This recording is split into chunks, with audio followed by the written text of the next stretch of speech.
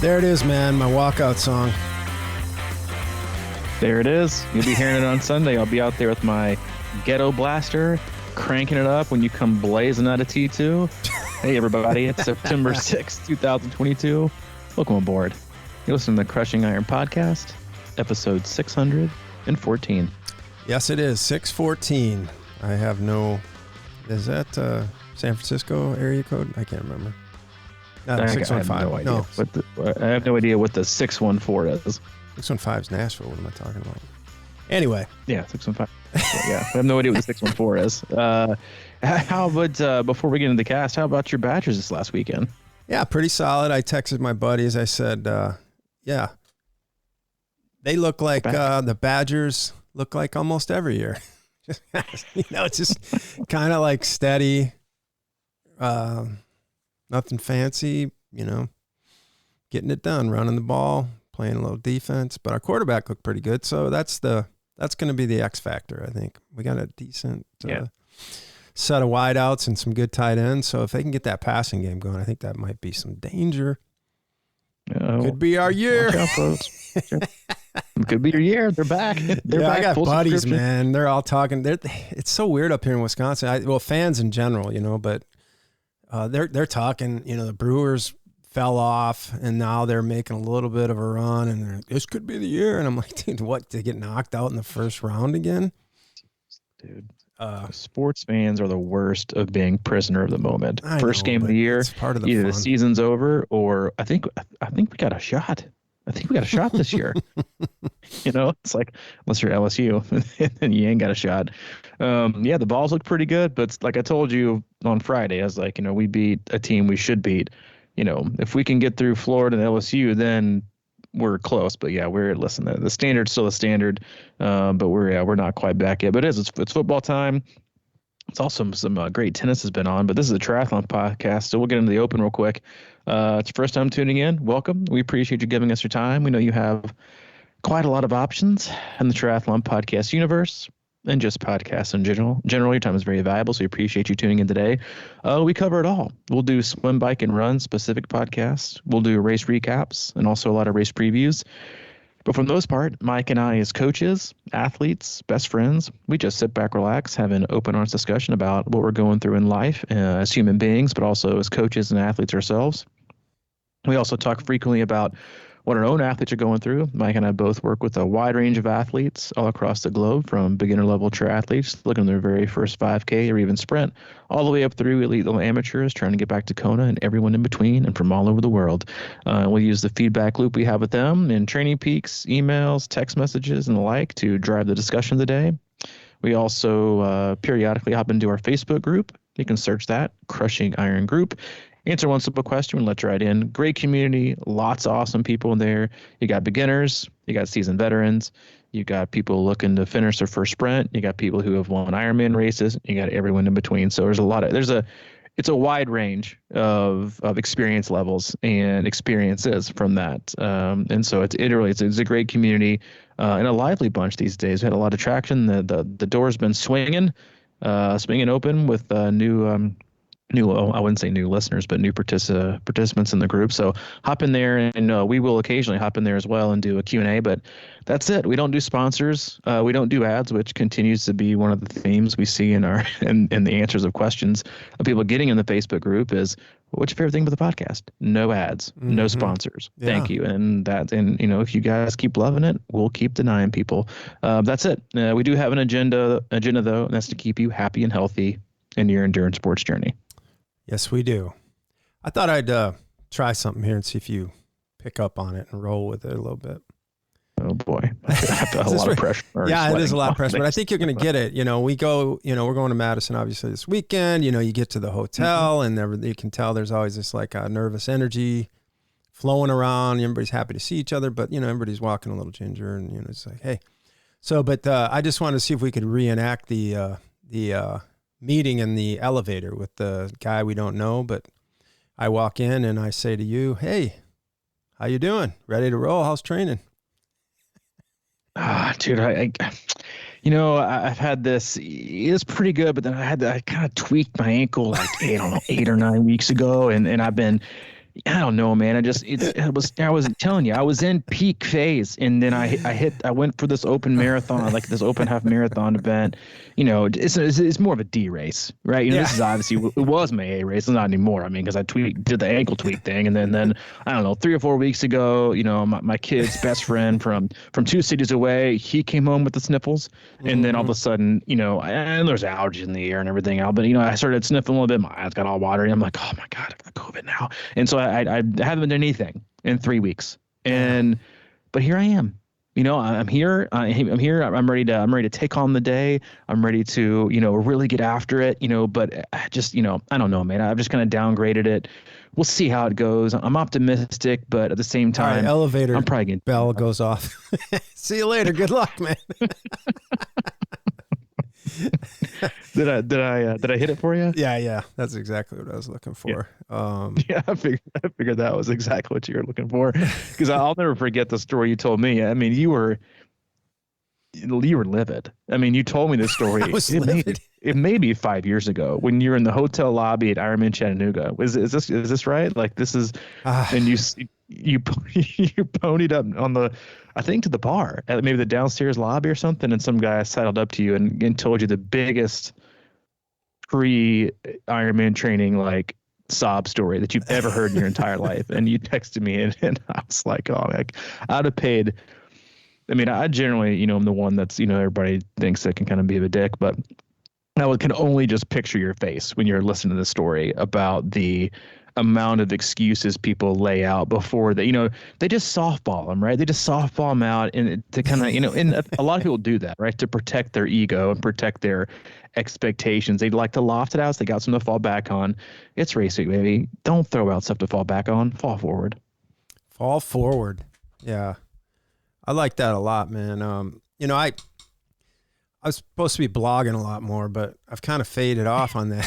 Speaking of, I just like, you didn't fade off. You're tapering, right? You're tapering on the blog. You blogged. You're in peak phase, and now it's, you know, you're getting ready for the big dance, man. I mean, you know, sometimes it's like it gets to the point where you're like, you know, you get kind of tired of talking about. I'm just getting work done, man. You know, I'm just doing work. It's nothing too fancy. You know, you just kind of get tired of talking about it. So, maybe I'll blog a few more times. Little taper blogs, yeah. But I mean, I know you're tired of talking about it, and we got 2 power casts coming at you today and next week with our travel and racing. So today's cast will be a little bit shorter than normal, and so will the next one for this week. But as I told you before the cast, we got a lot of overtime in the bucket, so we'll use a little bit of PTO on our podcast for the next 2 days. But like you said, I know you're tired of talking about it, and I'll mention mine before we get in the topic. But how are you feeling? How's your taper going? How's the body feeling in general as you're 5 days, 6 days out? Well, once again, you want to, you know, you think you're going to start taper and you're just going to start bouncing off walls, which I've tried to keep an eye on because I feel like I am sort of leaning into walls a little bit, but not really bouncing off them. Like a little more, you know, but I'm just trying to keep my head level and realize that it is Tuesday and the race isn't till Sunday. And just, it's really hard to notice those little come arounds, you know what I mean? Like every once in a while I'll be like, well, that didn't feel bad, you know, bending over to get my socks or whatever, you know? So I would say pretty good, but I'm really, I got to say, I think that this might be the most serious I've ever taken taper as far as the, you know, what we were talking about last week is that staying sharp, you know, it's really, I'm not, normally I'd be like, man, I'm tired, but I'm kind of convinced a lot of it's in my head tired. And so I've just been getting things done, but I've been doing them, you know, like I've taken a little liberty with maybe making a few things shorter, you know, but like that feels good. I'm glad I got that going. And that's it. You know, I'm erring on the safe side, I guess. So feeling pretty good. I would say I'm still a little fatigued, but you know, got a few days off coming up. So, I mean, I may have heard you wrong, but from what you just said, does that mean you're like more dialed in and actually treating this taper as like I'm still going to get some work done. I'm still going to be specific. I'm not going to just, you know, choose to take days off. I'm going to stay as engaged as I possibly can up until race day. Is that what I heard? Yeah, I think that's fair. And like I think I said, I can't remember if I said on the podcast or if I blogged about it or whatever, but one of my big things about taper has just been I've been trying to get up early. and I've been doing that consistently. So just trying to get my body a little more in place. To me, that's almost about the most important thing, really, is being able to, like today, I've worked out in the morning several times, and that's kind of unusual for me, so it doesn't like, break a day workouts, but still. So yeah, I think so. I think I'm just, I think we'll roll with this for the topic. We'll do control the controllables for the next one, because I've been doing the exact same, and I mentioned this in my weekly email. I know we talked in our last podcast about how to taper, things to look for, but now that we're let's see, what, Wednesday, Thursday, Friday, so I'm like 4 days away. God, it seemed like we had Labor Day yesterday, and then Hayden's also at a school today, so it still feels like a Sunday to me. So it actually makes me feel like race day is a lot farther away. But then I look at the calendars, I'm like, oh shit, like it's on Saturday. We got 4 days. It's actually coming up pretty quick. But I have been very much the same. And again, like I said just a minute ago, I put in our weekly email, like I tend to think that like 3 to 4 to 5 days out of your race, working out just kind of becomes a chore. Like I have that highlighted right now. Right. You're just ready. You're no longer like, man, because you're not going to see a big fitness bump. Right. You're just not like it. So the eagerness and the focus and the motivation to do them, they're not really there, right? Because you know that this 30-minute run isn't going to drop your minute per mile pace by even 5 seconds, right? Your last hard swim isn't going to drop you down from a 40-minute 70.3 swimmer to a 35-minute, right? And same goes for the bike. Like it's not going to increase your overall average power goal by 10 watts. You know this, right? And so at one end, you're like, the hay's in the barn, man. I hadn't done, like, I take my day off. So you're always kind of like finding this like balance. But for me, and I always tend to at least push off maybe 1 or 2 workouts. And it's usually my last long ride. And I have done, and I was telling someone this the other day, I said, I might not be the fittest I've ever been. And there's really no might. I'm not. But I will say that I feel like I'm nailing this taper better than I've probably nailed any taper before. I've shortened it. I did a hard ride last Friday. It ended up being my best ride of the year. I ran Saturday pretty hard, ended up being a very good run. And then Sunday, I actually headed to the pool, and I hate saying this out loud, but I may have had one of my best swims in the last 3 or 4 years. I just felt very, very good. Felt very crisp. And did 2,000, and then my last 50 was a 30.6 off the wall. So I'm feeling good. And then Monday I got up, I did what I was supposed to do. Because the hardest thing to do, right, when you're at least for me, when you're tapering, is the easy 1 hour spin. It's like, all right, I got an easy spin, but I know what I'm doing. Like I need to stay engaged. I did a short run. Hayden rode his bike yesterday. I ran, and then I did my hour kind of zone 1, zone 2. And what happened was, and again, like going back and just kind of like marry this topic to the one last week, is like what I know, if I feel like the signs you're peaking to me are, 1, you do hard intervals, maybe not as long, right? The duration of volume is down, the intensity level is still there, but the intensity isn't as long. You wake up the next day and you recover, right? So I did my hard bike ride on Friday, and I woke up the next day actually feeling like I probably should have swam after the ride, because to be honest, I was a little bit shelled. I mean, I went after it. I held no holds barred. I went after it as hard as I could for the 2 hours and 5 minutes, and then went and ran. And I thought for sure at 1 o'clock, I was like, dude, tomorrow got to be a swim. I'm going to be destroyed.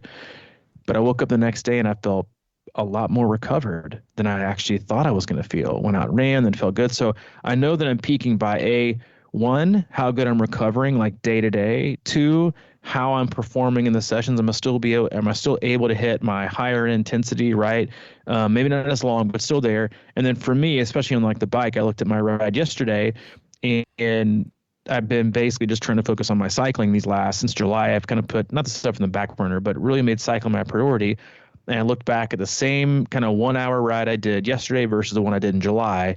And yesterday I was 10 watts higher, but also 10 beats lower heart rate. And to me, that means 2 things. 1, my cycling block it worked well, but also I'm starting to feel really fit because your aerobic level is where you need to be. Your legs are starting to feel fresh because you get so kind of faked out the last 2 to 3 weeks of your big blocks, thinking that you're not as fit as you are because it just takes forever.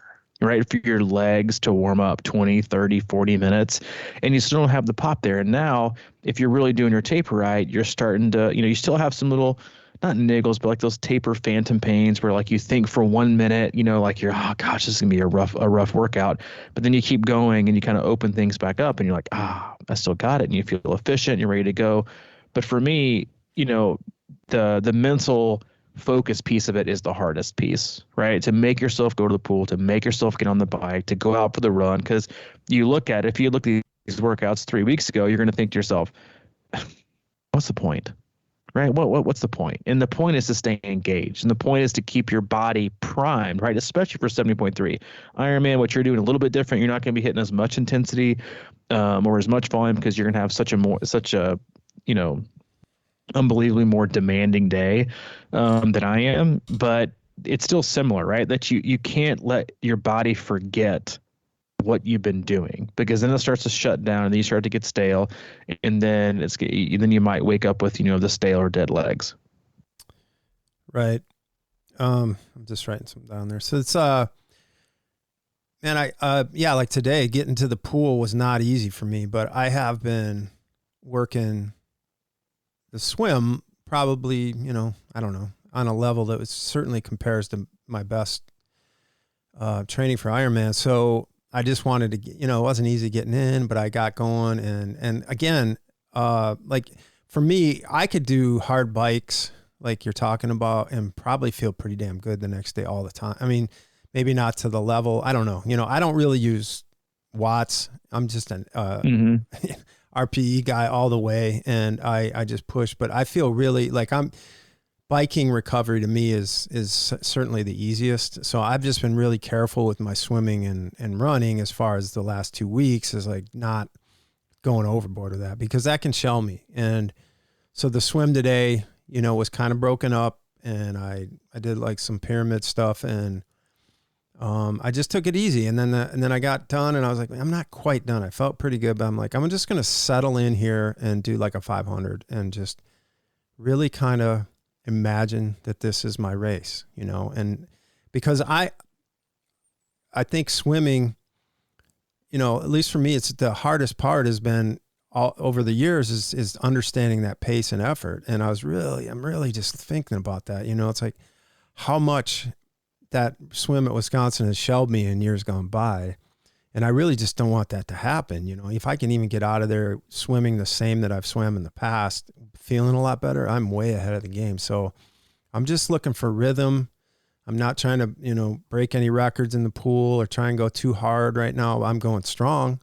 I'm working on being long and strong and stuff like that. And then I got out and I had today I was just a 30-minute run, but I cut it to like 24 minutes just because it happened to be the loop I was running. But the whole time I was just like, don't look at your watch, just go easy, easy, easy, and think about these being the first 2 miles of the race. And certainly, the creakiness in the beginning of these runs sometimes, no matter how good a shape you're in, is kind of disheartening. And, the first half mile or something, I said, wow. Because I know a lot of people contact me and say, this run felt like shit. I don't know if I'm ready. It's a 30-minute run or something like that. And I'm like, it takes a while to get going. So all I kept thinking about too was, cause you do start feeling, I've had Ironman runs, most of them actually, where I start feeling really good around mile 4 or 5.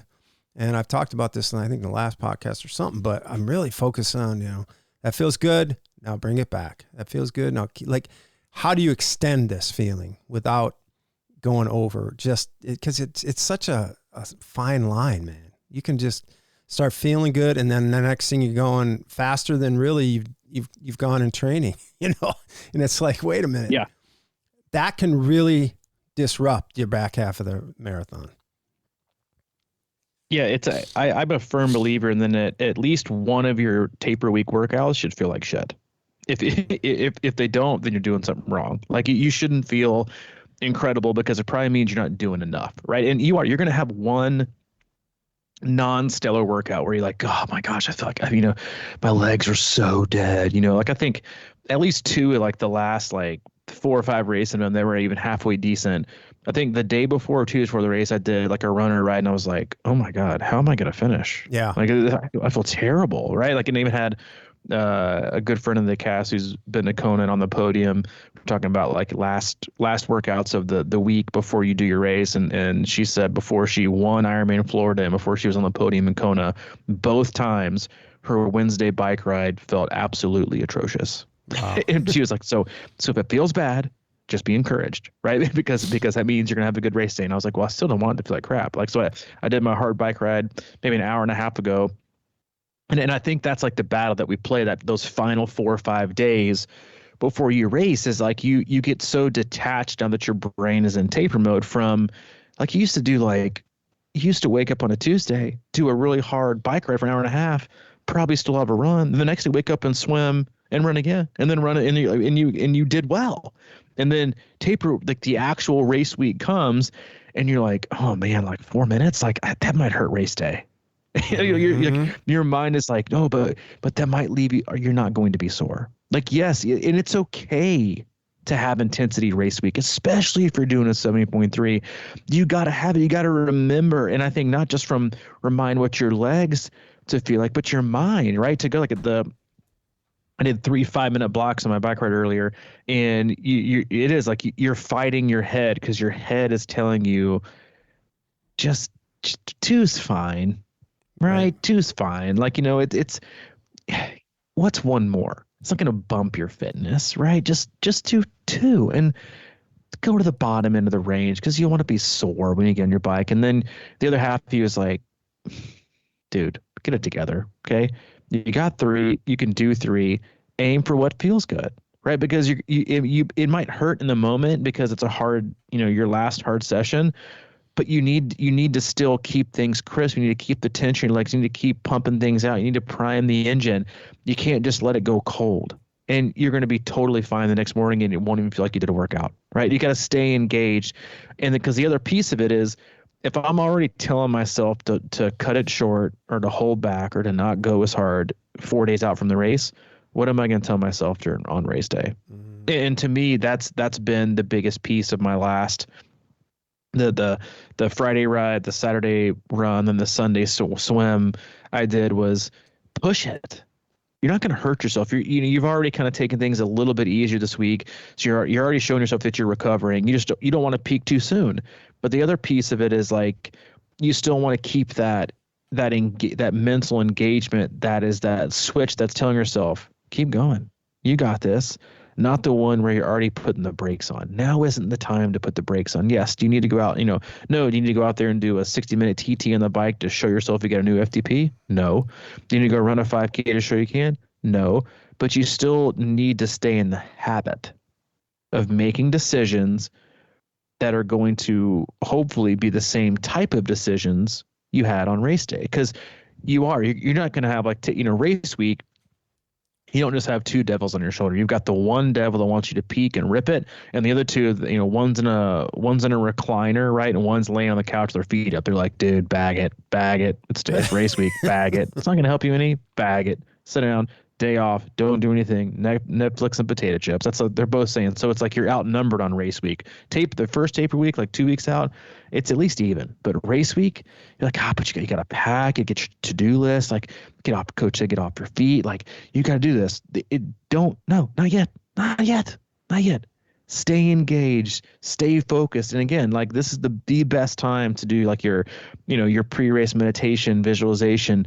Stay crisp, but look for those good signs, because you're probably going to find that, especially the day before the race or 2 days out. Take it, right? If you're going to get in the water and do your open water swim. Don't take 4 strokes, breaststroke and look around, swim. It's not good. That's the thing. We get so amped up on things negating our race by doing too much that what happens is you do too little, and then that negatively impacts your race day. Every single time you do too little, your body shuts down. It starts to not detrain, but a little bit, and then you're like, I don't have that pop I had. You had that pop doing 14 hours a week. Now you're doing 4. You expect them to have a pop? Like, get in there, swim solid, add some pickups on the bike, open up the legs for 60, 90 seconds. I'm always a huge fan of telling athletes to hit the hotel treadmill. You always tend to get your leg turnover going a little bit quicker. Keep things firing, right? But no impact, right? Biking is easy like that. Swimming is like that easy. Get your heart rate up. Hop in open water. Like if you're heading down to Madison, get in the water Thursday and Friday, right? Or and Saturday if you're doing the full. Get your heart rate up. Swim solid. You're not going, as long as you swim solid on a normal basis, you're not going to be sore the next day. You got to know what it feels like, right? You got to stay in game shape. You can't be already playing for the off season 4 days out, right? You got to stay in game shape, and game shape means game type intensity, right? You don't have to, you see that a lot when you hear people talk about, NFL or college football or even college basketball, during the season, if they're still playing week after week after week, or, 2 games a week in the conference schedule for basketball, they don't play a lot of, in practice games, right? Because they get all the fitness they need to in the games. But then if they've got a bye week, you'll see a lot of times the coach like back in pads, right? If we don't, we're gonna lose what we have, right? We're not gonna be crisp. We need to get a sweat going. We need to hit each other. We need to stay crisp. We need to stay engaged. Because if we don't, then we're gonna lose it, right? And then we're gonna lose our momentum. So don't let race week be a momentum killer. Be the last little bit of sprinkles here. Specific placement, don't just decide, I didn't need it. I don't want to do it. And then next thing you know, you kind of get that, that foggy, stale feeling. And then now you're like, oh man, now I missed an opportunity. Don't peak too early by mailing it in too soon. One of the things, I love that it's so right on. I mean, you can kind of fall into a slumber and just kind of have to wake. It's like, going out and racing after taking a big long nap. So you want to be sharp, but like one of the big things I've been a little concerned about, because I have been doing all my rides on the trainer, and not this weekend, but the one before, I got some new tires, put them on and everything, but I've been riding on the trainer the whole time. But the last few times I've gone out, I've ended my rides by getting on the road and just, getting a feel for it again, because, I feel pretty comfortable handling a bike, but I haven't really done nearly as much as I used to. When I go to the lab, I do 50 laps around the outside or on a curve and feel very, very comfortable. But 2 things I noticed, and I noticed this, even though I've been doing big gear work, I've been a little bit nervous about the hills, because last time I rode up there about a month ago or so, I was like, man, I don't feel like I'm in as good a hill shape. So I've been getting out off the trainer. I'll just take my bike off and ride like a half hour. But I've been it's funny because I've been attacking some hills just real short, just to get that feeling back, because I think that's one of the things too that I noticed is on the first loop, I'll be like, man, I'm going real slow and kind of cautious about the hills. And then the second time we did it up there, I was going after them a little harder. And for me, that just felt better. It's a fine line again, but you don't want to, you know what I mean? Like when you're going super spinny, it feels like hard, so it's like, I'm trying to find that middle ground where I'm being not overly aggressive on a hill, but strong. And the other thing I noticed, just riding around the neighborhood, I was like, shit, it's windy out. It was probably like 2 miles an hour. And I'm like, not used to it. You know what I mean? From being on the trainer. So I'm a little concerned about that, because that's going to be a different story. I mean, if you haven't been riding in wind and you get out there and it's like 7 miles an hour, it feels like a hurricane, Yep. Your first time. So that's the thing I've been mentally trying to get ready for, even though I haven't done a lot of it, but I'm just, I've been there, I've done it. So I know what it feels like. I just have to get my body be like, oh, that's no big deal, and we can wrap it up there. Yeah. I mean, it just if you're in your race week or have one coming up, remember that, right? Like it's no different than training. Some days you're going to wake up and you're going to feel incredible, right? And some days you're going to wake up and feel like trash, but there will be signs that you're in the right spot, that you're in the right zone, that you're getting in the right shape. Just don't mail it in, right? Stay focused with it. Don't mail it in. Treat all your workouts race week just like you would any other week, with focus, with preparation, right? With no expectations. Just get it done, right? And ultimately, because I do the same thing, I still kind of lean back on, what does today need to feel like? What do you need today to feel like for you to stay in a positive, optimistic mindset that says, I'm engaged, I'm ready, I've got this fitness, and I'm going to show it at the right time, right? And for some of you, very few of you, but some of you, that might be, yeah, I got it. And today I just need to take the day off. I need to get organized. I gotta get packed. I gotta do what I need to do. That will allow me to remove all the stress I need to perform a race day. But for most of us, it's, you know what? I gotta get out of my 20-minute run, loosen my legs up for 10, right? I don't need to break any land speed records, and then open it up. 90 seconds. Oh, it feels good. And here's what's always going to happen. Your first one will be slower than your second one, because you're gonna open up the legs, take a little bit of recovery, boom, open them up again. You're like, there it is, right? Heart rate's a little bit lower, easy recovery, jog it back home, right? Same thing for your bike ride. Hop on that bike, make sure your gears are working and make sure everything's in working order. Make sure you're comfortable on the bike, right? Your brakes aren't rubbing, tires aren't rubbing, and then warm up for a little bit, 10 to 15, it's just something low end, right? You're barely caught. We call it a coffee ride. Nice and chill with nothing going on, but still aerobic, keeping the legs loose, keeping that cadence going. It's all about frequency. And then open it up a few times, right? Not at your goal power, but a little bit above. Keep the pop, right? And then cruise a little bit. Stay fresh, stay engaged. Remind not just yourself that it's almost game time, but remind your body, right? Because if you're not doing either of those, then your mind and your body are going to drift all the way to off season before the gun goes off. Okay, so that's what's going to happen. So stay engaged. Again, we wish everyone that's going up to Madison for the 70.3 the full the best of luck. You got a bunch of other people racing this weekend. You got Michigan 70.3, Atlantic City 70.3, you got Harvest Moon, you got Santa Cruz, a lot of other 70.3s, and then the whole rest of the month is jam-packed with things like, Ironman Maryland and Chattanooga, and it's an onslaught from here on out. So we wish you all the best, nothing but the best. If we see you in Madison, or if you see us, because we don't know what you look like, come say hi. Come say hi, introduce yourself. Mike and I both always love meeting our listeners and getting emails and stuff from you guys. It really does make what we do worthwhile and make us happy. So come say hi to us. We look forward to seeing you all. As always, go to our website, c26triathlon.com. It's our one-stop shop for all things coaching, camps, and community. If you're looking for coaching the rest of the year or in 2023, look us up. Hit up the coaches tab, find the coaches right for you. And as always, if you need anything from Mike, he's available, CrushingIron@gmail.com. And if you need anything from me specifically, c26coach@gmail.com. Right on, man. We'll be Best Western Inn on the Park. What is that? 1 o'clock?